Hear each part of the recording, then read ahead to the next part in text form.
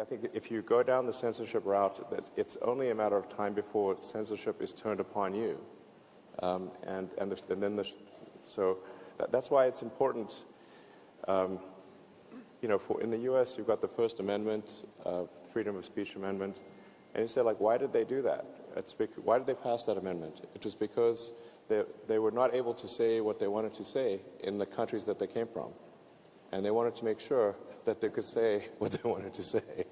So I believe in freedom for the people to say things, and that even if somebody said that it's actually in some ways a sign of health if people are able to, if someone you don't like is able to say something you don't like, rather than try to suppress that, you say, like, you know what, that's a good sign, because that means I can say things and that person will not like what I say, but I can still say it.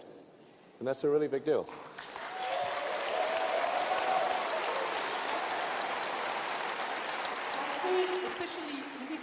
I mean, freedom of speech, that's something that's at the core of our values. But now, if we look at young people and being in the digital field, and we provide digital services that people use, there's also a move towards cyberbullying and harassment, which I think it's also our role to educate young people on how to use the technology and make sure that, because some behaviors, on Twitter or other social networks, can actually have devastating effects on people. Is Twitter doing something about it, or would you be willing to engage with other players? Actually, at Orange, we do a lot in that space. Sure. That's true. I think Twitter is for sure willing to engage with others, and as I said, the overarching goal is to have Twitter be a positive force for civilization, and if you're on the platform and you're being harassed or bullied or whatever, obviously that's a negative experience. What we're doing is we call it sort of freedom of speech, but not freedom of reach, which is that yes, you can say offensive things, but then your content is going to get downrated. So if you're a jerk, your reach will drop. So, yeah, I think that's the right thing. Antoine, I don't know if you will be competing with L'Oréal to launch the future fragrance of a job. That was my question. Do you feel this advertising production industry is going to be threatened by AI? Be careful. Be careful. Not at all. It's totally safe. AI is definitely going to be a massive disruptive force. AI is probably the most disruptive technology ever. The crazy thing is that, the advantage that humans have is that we're smarter than other creatures. Like, if we got into a fight with the gorilla would definitely win. But we're smart, but now for the first time there's going to be something that is smarter than the smartest human, like way smarter than the smartest human. And as you can see from Juni, the art that AI can create is incredible. It's so beautiful, and it does it, within seconds. So we're at, I think, there's that sort of saying, may you live in interesting times, which I think is like not exactly a good thing sometimes, but we actually will have humanoid robots. So Tesla's developing a humanoid robot. We call it the T800. It's yeah, some people get that joke. It's the Terminator. So we can tweet that. Yeah. But if you like to say, what is an economy? An economy is GDP per capita times capita. Now, what happens if you don't actually have a limit on capita? If you have an unlimited number of sort of people or robots, it's not clear what meaning an economy has at that point, because you have an unlimited economy effectively.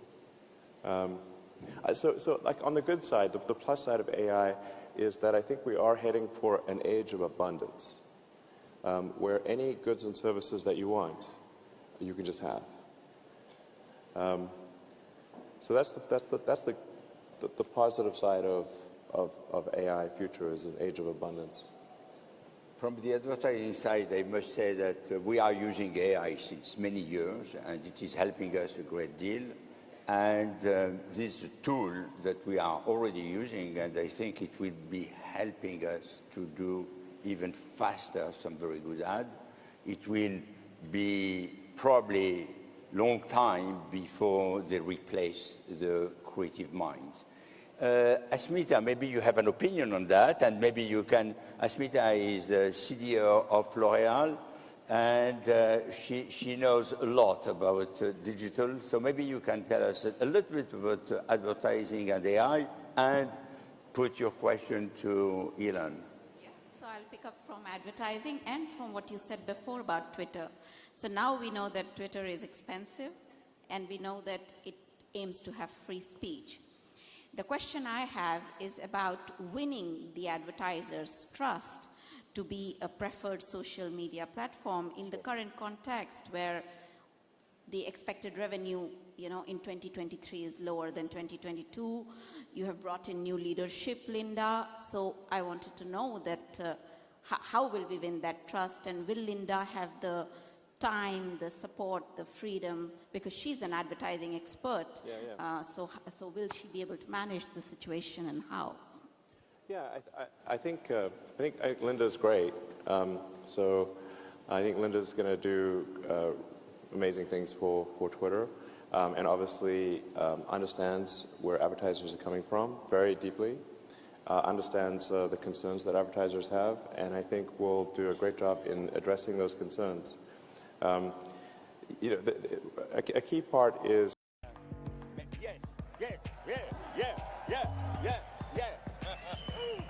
There is one question that I would like to take care. So finally, we are all together again.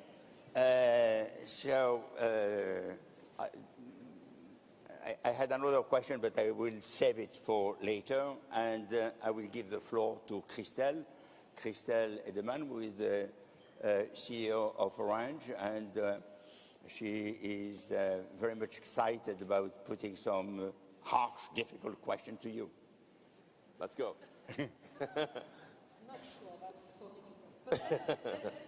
But so I like to talk about obviously social networks and Twitter. I'm not sure if I heard what you just said with Maurice, but obviously social networks and Twitter has been a fantastic tool to develop free speech and open debates that maybe were not possible before that.